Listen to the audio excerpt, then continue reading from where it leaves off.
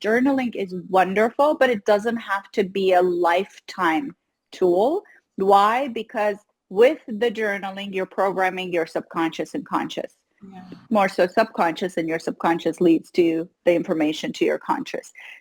The journaling is while you are in any situation, whether we're in school or at a new job or in your relationship, what helps us to get comfortable with the information? Repetition.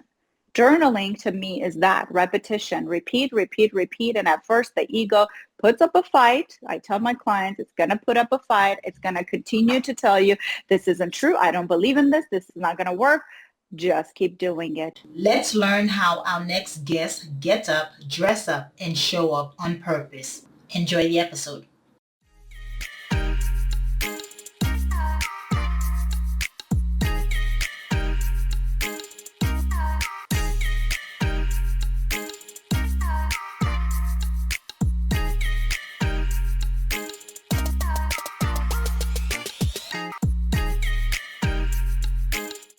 Hello, morning enthusiasts. Welcome to the Best Morning Routine Ever podcast. I am your host, Dr. Lunid. I'm really excited to have another psychologist here on the show today, Dr. Kristine Ovsepian.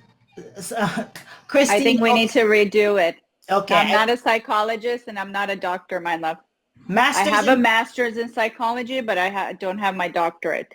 Okay. So I want to make sure that we don't, give wrong information to people. Although some of my clients call me doctor, I'm like, I'm not a doctor. For sure. Okay, let's redo that. Yeah. Sorry about that. No, that's perfect. Yeah, because we don't want to, give information that isn't true. Misinformed, yeah. Yes. Hello, morning enthusiasts. Welcome to the Best Morning Routine Ever podcast. I am your host, Dr. Lunid, and today I have the honor and the privilege of introducing a very special guest to the show, Kristine Ovsepian.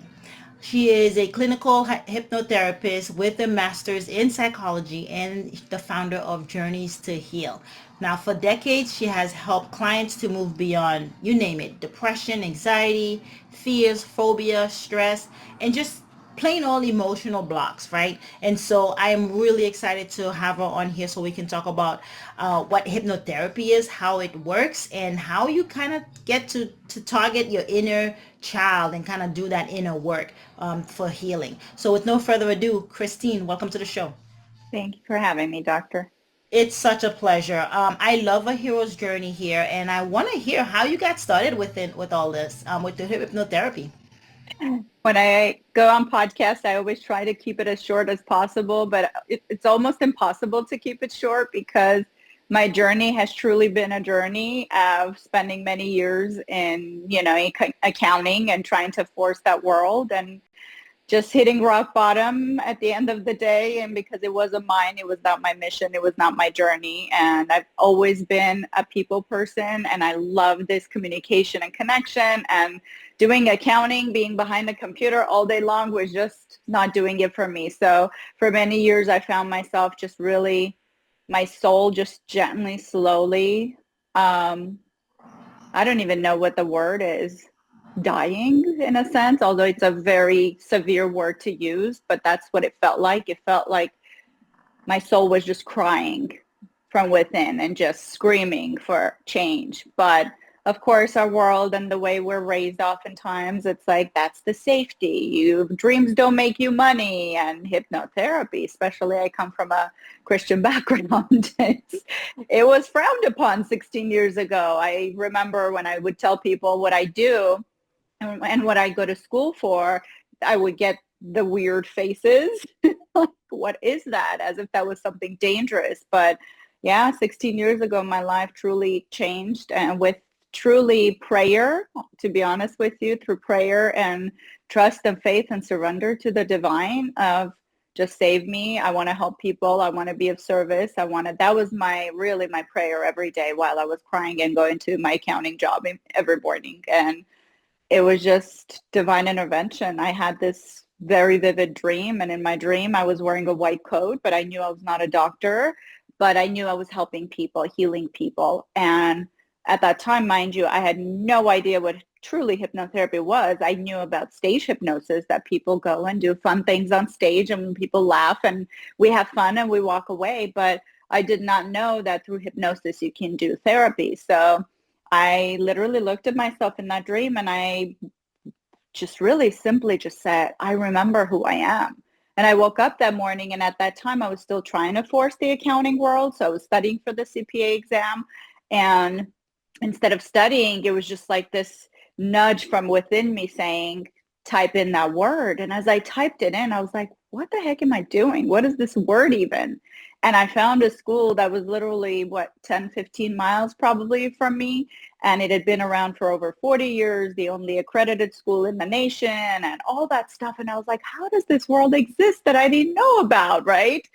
And to be honest with you, the first day I went to class, I sat down and the class started, and the things that they started to talk about the mind, about the subconscious, about our power to change. And I literally was like a child in a candy store and I couldn't get enough of it. And in the program, I remember that entire year in the program, everybody from teachers to supervisors to my friends, my classmates were making fun of me, going, you should just bring your mattress and spend the night here. And because you're just always here, because I was just so invested. And my children were so young at the time. And coming from the background and the culture that I come from, you can't just be really satisfied with one avenue or a clinical diploma. Of course, I went back to school for a master's in psychology to connect kind of science with that.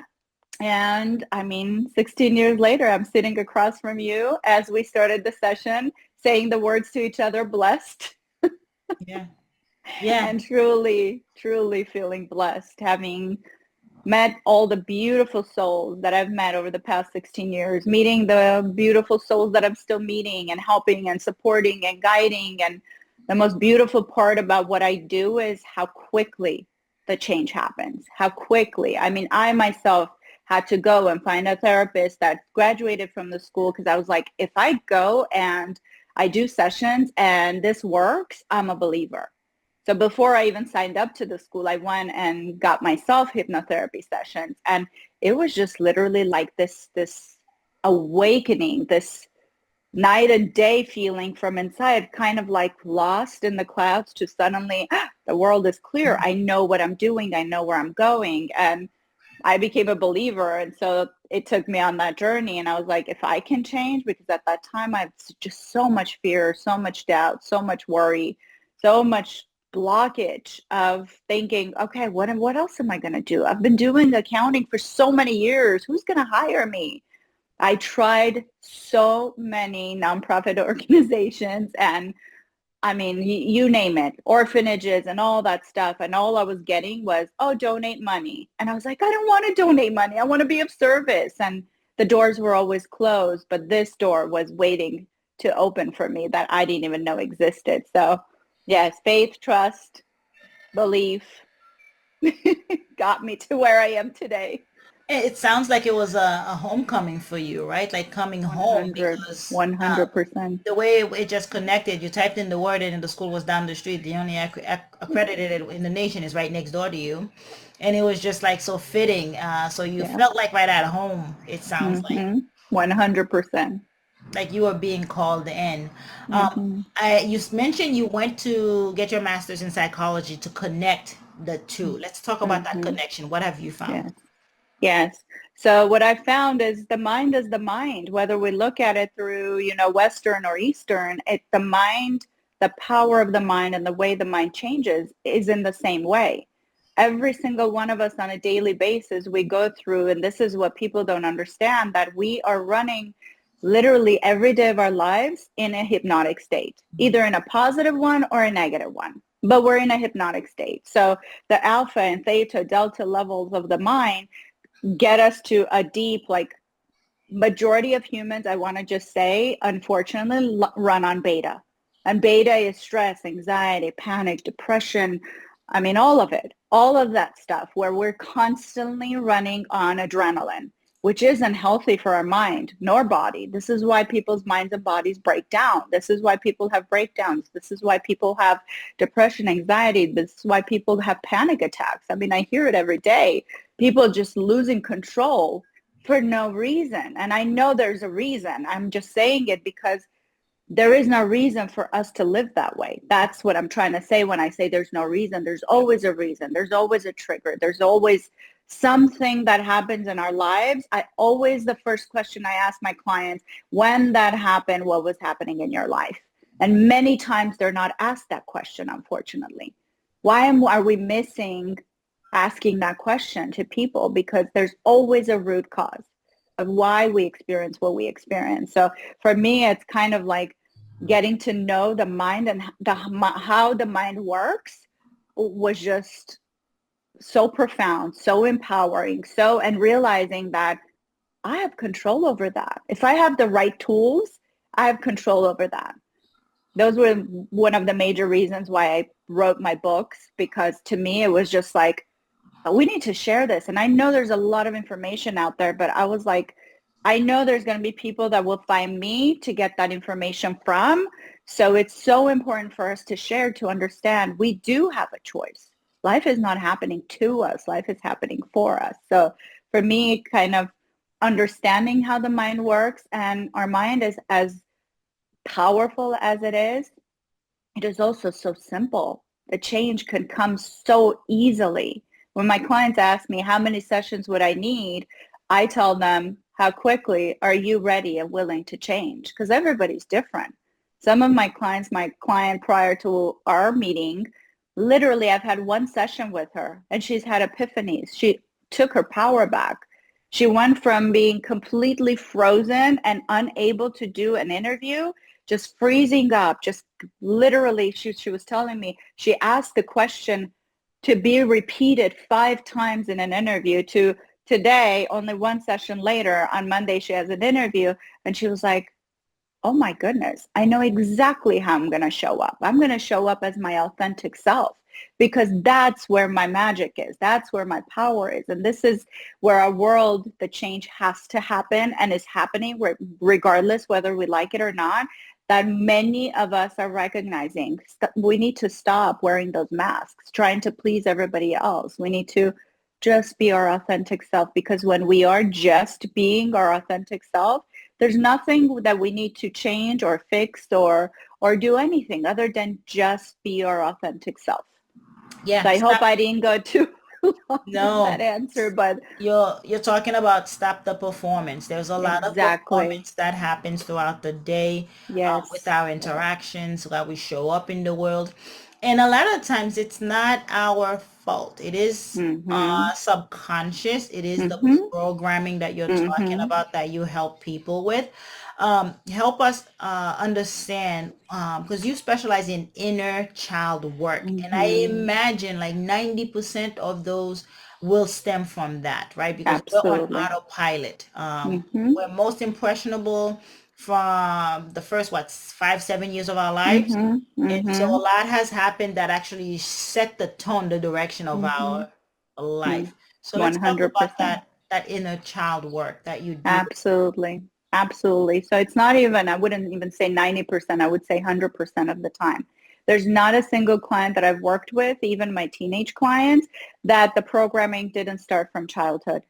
It's the information we're given. It's the fact that we come with a mission, with a purpose, with this ambition and drive and magic. When we look at children, all we see is their magic, their freedom. And then society and parents and grandparents, oh, you can't say that. Oh, you can't do that. Oh, that's embarrassing. Oh, no, no, no. What do you mean you see spirits? What do you mean you see energies? You can't say that. They're going to make fun of you, right? And we're basically take our children and we try to fix them, change them, break them to mold, and children quickly start to, even if you look at 4 or 5 year olds, sometimes they act different with grandparents, then they act different with mom, and they act different with dad, because they already learned how to, the dynamic of can I be, joyful and happy with this parent or that grandparent? Or do I need to be serious? Do I need to walk on eggshells? Is one of my parents emotionally unavailable or emotionally not in a good place? I mean, many of us have experienced moments like that where we ultimately ended up in that trap of making sure that the adults are okay for us to be safe and secure and okay. And that became a chore, that became a job as a child, which a child should not have that job. So the inner child work, absolutely. I always tell my clients over the phone the first time, I'm like, if you're ready to really get to the root, we got to do inner child work because that's where it starts from. And now it's being actually discovered that from the third trimester of pregnancy to 7 years old, a child literally just absorbs information from the womb. So before it was like 0 to 7, and now it's like third trimester to 7 years old. We just absorb that information and we're just sponges. We don't judge, we don't label, we just go, okay, this is it, okay, then that's it. This is the way it is. And then between 7 to 9 years old, when, we start to kind of wake up and start to question, that's when, by the time we're teenagers, we're so lost because what the programming and what the world around us is telling us, they often don't match. So you're saying for those of us who have younger kids to let them wonder, let them question, and to kind of heal our own inner child so we don't impose any limitation upon them, essentially. Absolutely. Absolutely. Because our fears become our children's fears. Our Yeah. doubts become their doubts. Our programming become their Yes. programming, be it Yes. around money, lack of And money, then generation struggle. after generation after generation. Oh, It oh, it seems so simple, but no, it's not, huh? no, because it's so unconscious, our behaviors, right? That's why since my children were young, I always told them, I said, help me be better because I have patterns that I don't even realize that I have, things that I might say, things that I might do, the way that I could treat you. And my kids became truly my teachers because I gave them that permission to say, Mom, you're acting like so-so, right? Yeah. You're acting like grandma. Yeah, yeah. I want to go back to one thing that you said because I heard it before. There's a doctor, a psychologist that I follow, well known around ADHD, and he stated that ADHD is environmental, and so it's a when there's a stressor in the environment, and it starts from the wound, as you said. Was it stressful? Was your environment stressful growing up? And then so you develop that to cope. It's a Mm-hmm, coping mechanism mm-hmm, that you eventually just adapt, kind of hold mm-hmm, on to for mm-hmm, the rest of your life. And I was dumbfounded mm-hmm, by that idea, like a stressful environment.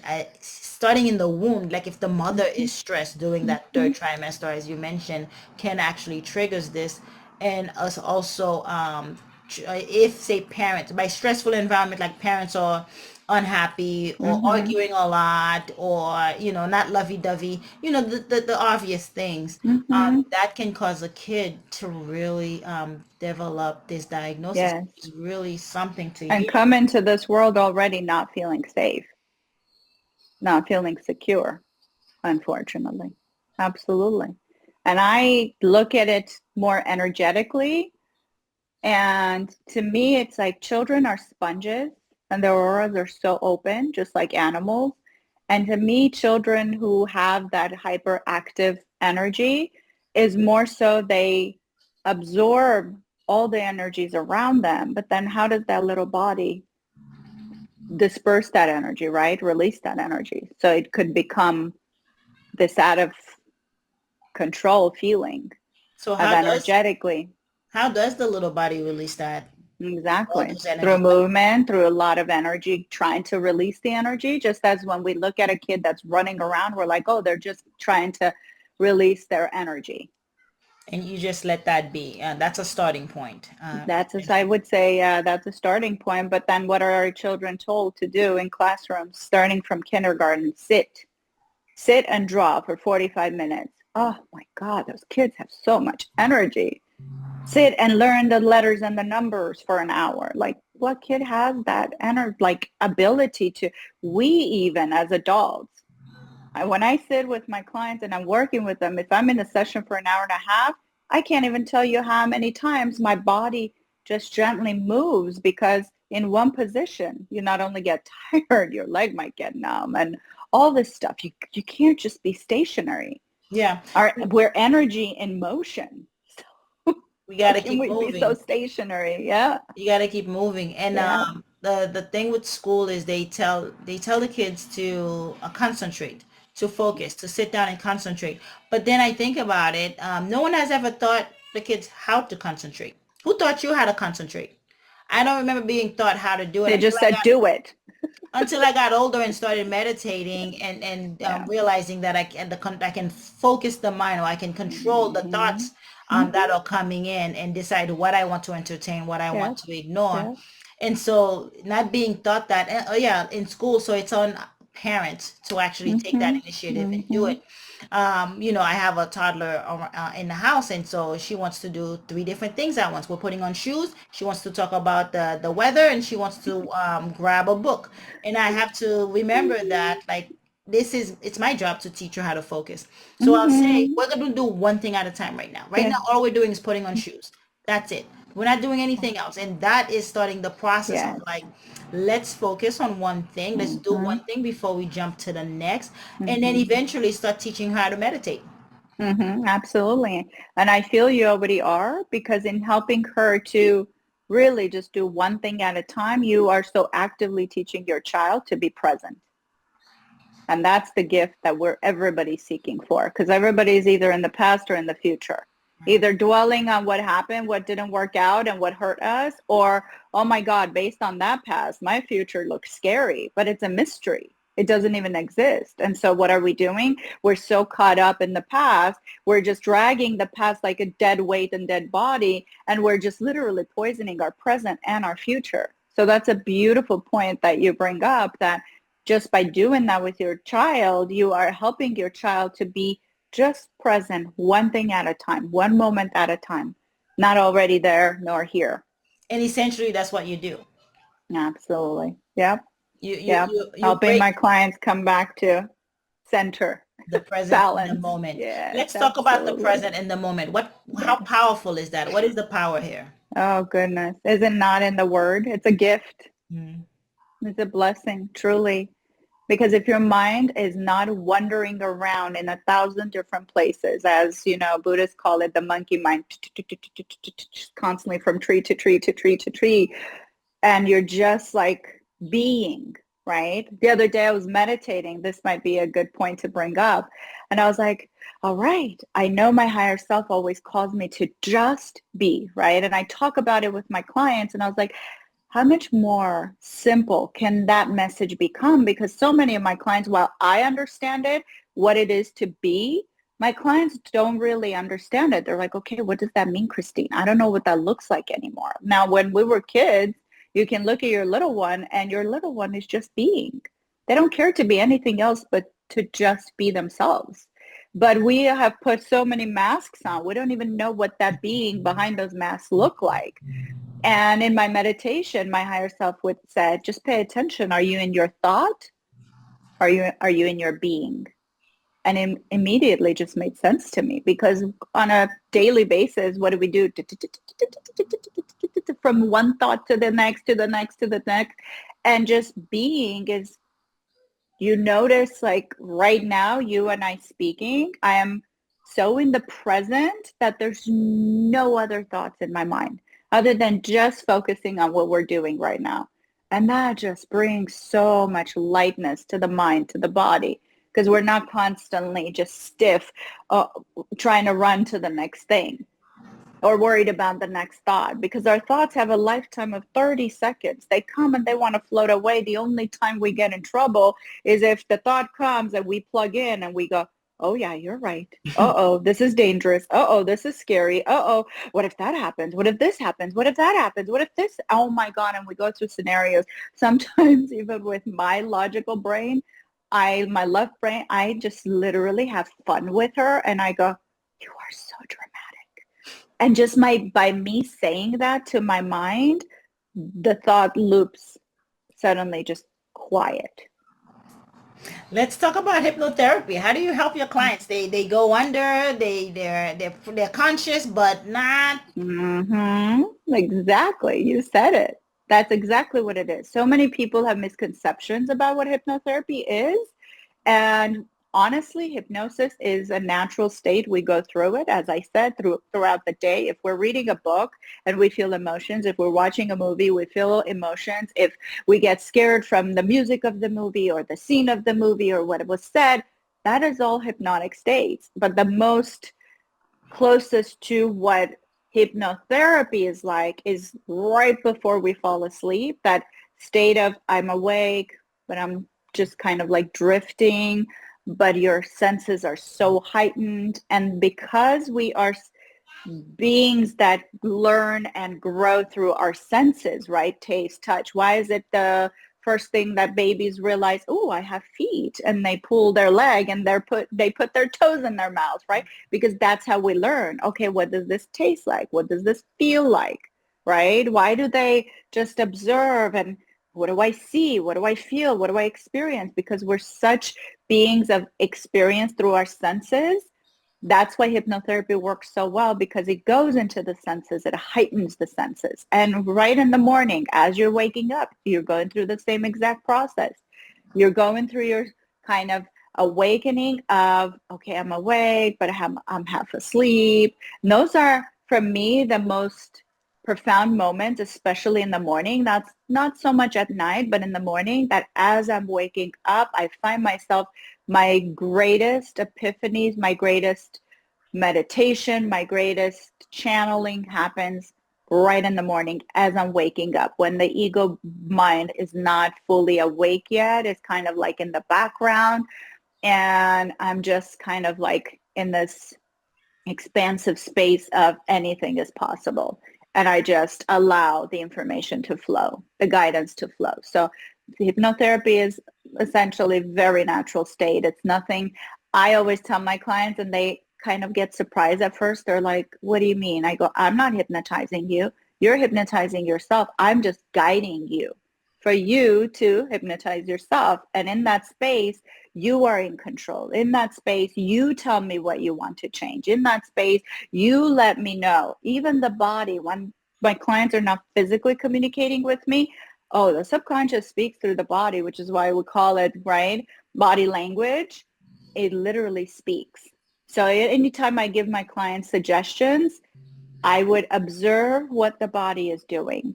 Which side of the brain is even activated? There's taps from the foot, there's finger movements, there's thumb movements, there's body energy movement, there's breathing movement. There's so much that happens, that communication happens within that space of me going, okay, my client is comfortable with this or they're not comfortable with this. And if they want to achieve that change and I gave them a suggestion and the body responded, I gently shift the affirmation, the suggestion, so that eventually the mind and the body kind of communicate with one another. Because the work that I do with my clients, I always tell them we can, because the body keeps score of all of our experiences, especially if we have experiences that are stuck in our energy field for so long. It starts to show up in the physical, pains, aches, and other things that I don't even want to get into, deeper stuff, dis-ease in the body, is because there's stories, memories, beliefs, things that we have not worked through, we have not faced, we have not healed, we have not fixed, but changed.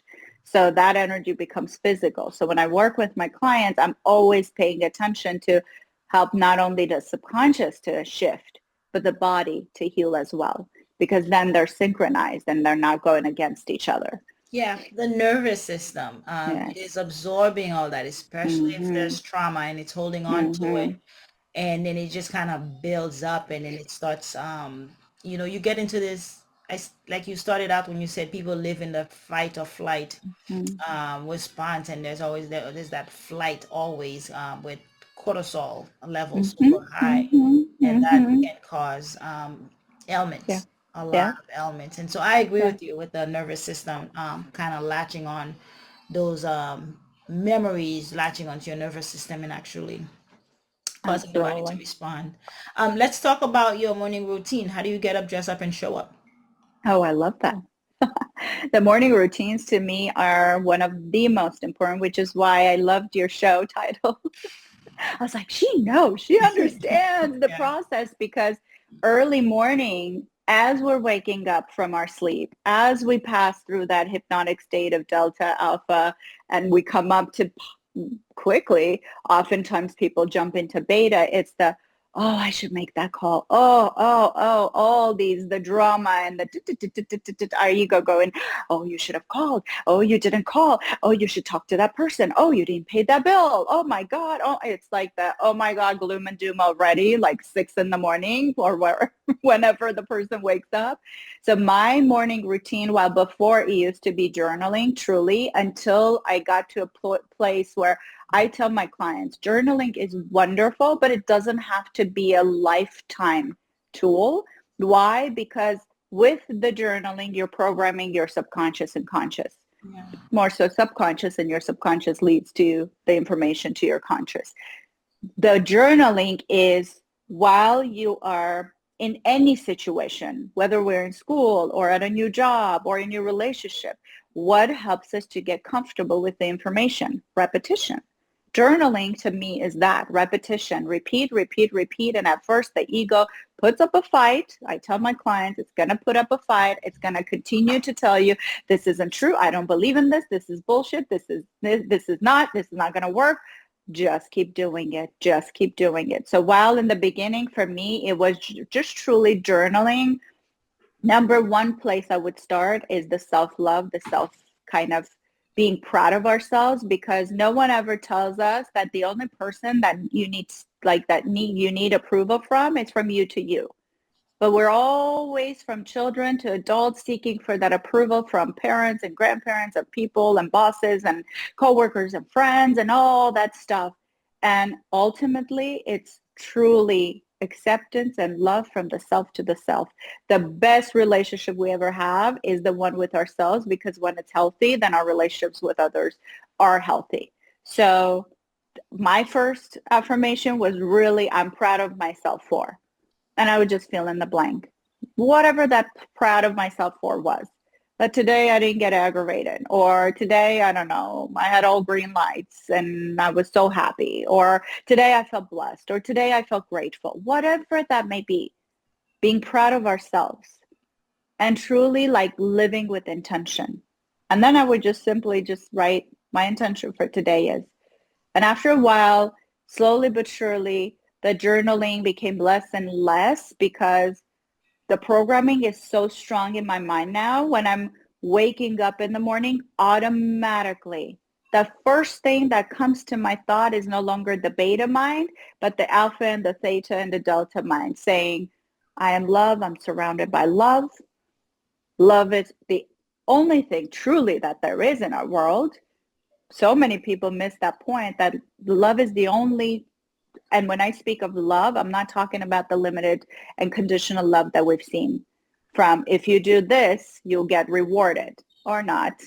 If you do that, if you listen to me, right? That's conditional love. I'm talking about core, divine, pure love. And I speak of it because I felt it so many times in the past 16 years. I know what that's like. It's like when your heart expands and is so full that you can't not just cry, because if you don't cry, your heart may burst. That's what I'm talking about. That love. And we can feel it in a meditation. We can feel it in a ceremonial setting. We can feel it in a wherever, whatever. We can feel it in a moment when, women and mothers that can be giving birth to their child, or somebody says, I love you for the first time, or you get a hug. Like, it can happen at any moment. It can happen while you're driving a car. It's like our conversation of feeling blessed, right? In those moments where you feel so blessed to just be alive. And you wake up So with peace. exactly. And I feel like a lot of people search a lifetime for this, to be in Mm-hmm. this state, to be in Mm-hmm. this peace where there's that unconditional love towards the self, but just such appreciation for themselves, Mm-hmm. for their growth, for where they're at. And it is a state of mind where Yeah. a lot of people strive to get at, Hmm. but you have to do the shadow work. You have to do Yes. the inner work to get there 100%. because there's a lot of Yes. noise around it, but people just want a magic pill for it. I know. I know, my love. I agree. I agree. And that's why I tell my clients, you got to clean house first. You cannot just place all that sweetness on top of all the junk that there is. And that's where, the work I do with my clients helps because first, that every session, without a doubt, is house cleaning. House cleaning. Yeah. That's what I do with my clients. When we let go of anger, resentment, fears, doubts, worries, childhood memories, triggers, patterns, when we let go of that, then when we do those affirmations in the morning, it sticks so much quicker. And this is why people get frustrated and they're like, oh, darn it, vision boards don't work, affirmations don't work. Yes, they do. But you gotta absolutely do the work. And Yeah. that work doesn't have to be 10 years you're stuck in your shadow work. No. Like I say, we have the capability of doing the work like that fast. It's just how much, because sometimes people also are caught up in their trauma and drama. They don't want to let it go. They don't want the change. They say they want the change, but the moment the change comes, seldomly that happens with my clients. And I'm a person that I would not drag on the sessions. I just let them know gently. I'm like, you're not ready for the change yet. Because when I work with my clients, I know what the pattern needs to be. Growth. Every session after every session is growth. When I see one client, one session, two sessions, three sessions, four sessions, again, that very seldomly happens. I can count it on my fingers how many times that happened in the 16 years. But when I notice the client is not willing to let go of that pattern, they continue to say, but. I know they're not ready for that change. And I then know they don't want to let go. do you see a regression or you just see that they're not moving forward? Is it they get It's kind of like movement, but so slight because I know what my clients are capable of. I know what we're capable of. Like, I love seeing that, not that it's under my control. No, it's not. This is my client's journey, and I'm always just there to be a guide. I'm not there to control my client's life. I'm not there to force them or push them to make any change. But if I notice that, and because we work on so many layers of their life, if I see, let's say we worked on 5 layers from childhood to fears with, I don't know, flying, driving, relationship issues, friendship issues, whatever that may be. And I notice, let's say 2 out of 5 in one session has changed. I'm like, ooh, we're on a great path. But if I notice session after session, the client comes and they're just resisting. I even have exercises for resistance, right? To help my clients release resistance. So, and then they come back from session after session after session. And they literally, their message to me is, oh, I didn't have time to do the exercise. Oh, I was too busy. Like that kind of a thing, right? When we are working with change, for me, it's not about just scheduling my client session after session. I literally just sit in front of them and I say, do you want to change? Are you willing to make change? Because while I give you all the tools, I can't do it for you. So that's the part where the individual has to be willing to make the change, do the exercises, when you say shadow work, yeah, it's not about being, dragged through the mud. It can be easy when we're willing. We don't have to suffer and struggle. shadow work is not easy, and I say that because I've done some work Yeah. myself. However, Mm-hmm. the brain, as you know so well, creates habits to Yeah. keep us comfortable, right? That's how Yes. sometimes we drive home, we don't know how we got home. We honestly cannot contain every information that we see Mm-hmm. because it's just to info overload. Mm-hmm. So the brain Mm-hmm. automate a lot of things to help us. The same way to Mm-hmm. automate those programming to keep us safe. And so Mm-hmm. change is hard naturally. There's the resistance coming in from the Yes. alone. And also, it's scary having to face Yeah. the darkest parts of Mhm. yourself. Although Mhm. it can be a blessing, it Yes. could be the catapult you need to evolve Mhm. Mhm. to your greatest dreams and hopes. However, just facing them, it's a lot. You could be holding Yeah. a mirror for someone, but Yeah. they're scared for the life of them because they do not want to address that. Mhm. Can you talk a little bit about that? My question is, how do you help someone begin to face that? And it Mhm. seems like it's almost socially constructed, especially for men too. Socially Mhm. constructed that you Mhm. don't face the dark parts of you. It's too scary to go in there. Yes. Yes. Because we're always told suppress and keep moving, right? So, yes, but I want to go back a little bit when you said it's hard to do the shadow work. Yes, if you're doing it all alone, if you don't have all the tools, right? This is where the guidance, the mentorship, the healing, the hypnotherapist, the coach, this is where the community kind of like the team comes in. We all need support. If we're doing it by ourselves, yes, absolutely. So much of my path I had to figure it out myself. I had to figure out because truly my hypnotherapy school gave me the basics. They didn't give me all of it. My psychology school didn't give me any of that really part. It just gave me the foundation, but the rest I had to figure it out myself, which is why I vowed to help people to have to find the shortcuts so that you don't have to go through the hoops and the loops to try and find the way. I already went through that.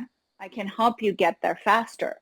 So when you do have the right tools, when you do have the right support, subconscious support, it's a lot easier to, this is why between 4 to 6 sessions, my clients can move mountains, even from childhood stuff, right? And that's why I am a believer. When you have the right support, when you have the right tools, yeah, you can move through it a lot faster. Because I'm at a place in my life where no more crawling, no more walking. I'm like, we're ready to leap as a What are you, human race. what are your thoughts on alignment? Alignment meaning, Being aligned, feeling oh, sovereignties, feeling that using your shadows or your mm-hmm, past as a power mm-hmm. to Yeah, take you to the next level. yes, absolutely. Sometimes, like initially 16 years ago when I started this, so many people laughed at me. They were like, it's never going to work. And that became my fuel and fire. That stubborn Gemini side of me was like, I'm going to prove you wrong. And much of my life, I feel like I have used that as my fuel and power to catapult forward. But now that I'm healed, I don't need to prove anybody wrong or right or anything. It doesn't matter because everything I'm doing it for me, my children, my clients, and my happiness is everybody's happiness around me. Whoever I touch, right? It's kind of like when you are so at peace with yourself, you are not there to prove any point. You're not there to force anything. You just, it doesn't matter. It's not even that you don't care. It just does not matter because They you they are don't they don't phase you. It doesn't phase you. exactly, exactly. But in the beginning of healing, oftentimes it could be the fuel that kind of catapults you forward. But then at a point you come to this crossroad of, okay, am I going to continue to force or am I going to just align, as you said, alignment, align with my higher self and just be? It's to me living with intention, living every day when I wake up in the morning. I truly, one of my affirmations is higher self, guide the way. Because my human self always wants to go the wrong way. So why do that? So I always just say higher self guide the way. And my day just goes so much more effortlessly. And for me, especially this year has been such a profound year because I am born on a snake year and shedding old skins is such a profound thing this year, at least for me. And I know for many, many, many people, including almost all my clients, it's like letting go of weight and things and patterns and stories and beliefs. And so for me alone, it's been so profound that from day to day, month to month, I am personally noticing my movement forward and my changes and how I am literally leaping forward in life. And again, it's not easy. There are moments where your patterns are like, no, no, no, we're not leaving you. And you're like, yes, yes, yes, you gotta leave. I don't need you anymore. And it's kind of like you keep shedding layers and you keep shedding. And the more we're shedding, the lighter we're becoming and the more peaceful that we are and the more content that we feel. Yeah. So yes, it's continuous work. And I tell my clients, the journey of the soul is not really, oh, I did the work, now I'm done. No, it's continuous because it's continuous commitment, just like we commit to showering, right? Yeah. We commit to doing our hair. We commit to brushing our teeth. We commit to somewhat taking care of this human physical form. Exactly. So why is it so wrong for us to commit to tending to our soul, which our soul, our spirit, our inner world is literally the foundation of us living life to the fullest or literally crawling on the ground every day, feeling like life is just like, oh, you gotta just, oh, I used to live like life like that, like going against the current every day and going, why is my life so difficult? It's Versus exhausting. Yeah. it's, It's yeah, just exhausting. turn around and swim with the current. Yeah. You mentioned something, and I'm gonna let you go. I'm taking way too much of your time, but this is No such a worries. good conversation. You mentioned the higher self, and I remember Mhm. earlier you said that you grew up in a like Christian home, Christian. Yep. God-fearing, so Yes. it was kind of Yes. taboo to even think of Uh-huh. hypnotherapy. So now your language is different, right? Because now you're Yes. saying higher self, guide the way, guide the day. Um, Yep. how do you identify, how do you explain the higher self to someone who's never heard of that term? Mm-hmm. And how do you differentiate it from the higher power, from Yes. God, from the universe? How do you connect it? Yes.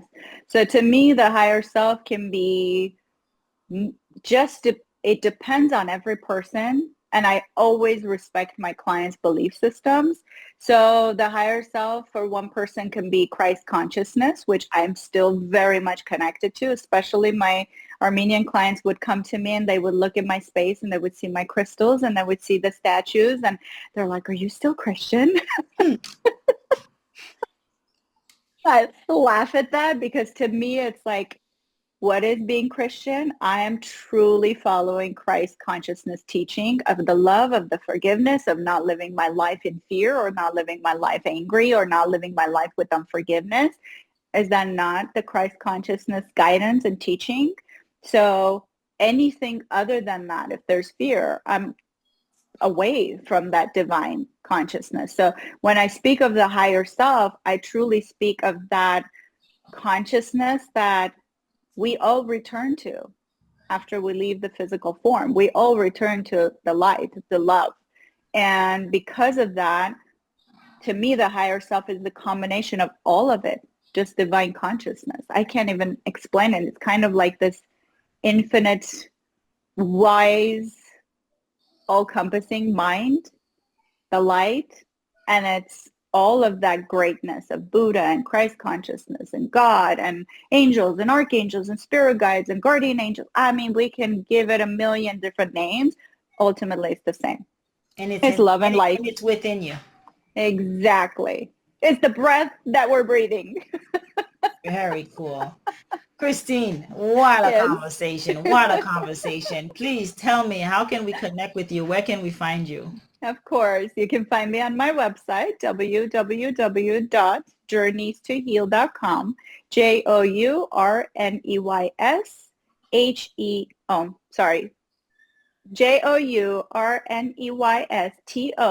JOURNEYSTOHEAL.com. Journeystoheal.com. Fantastic. Thank you so much for coming in and sharing your energy with us today. It's been such a blessing. Thank you for having me. And I do truly feel blessed as well. Amazing. Hope you enjoyed today's episode. Please comment and tell us what was your favorite part, your favorite habit that you are going to try out for yourself today. Comment below. If you haven't already, be sure to subscribe. Until next time, I will see you at the top of your best morning routine ever. Stay blessed.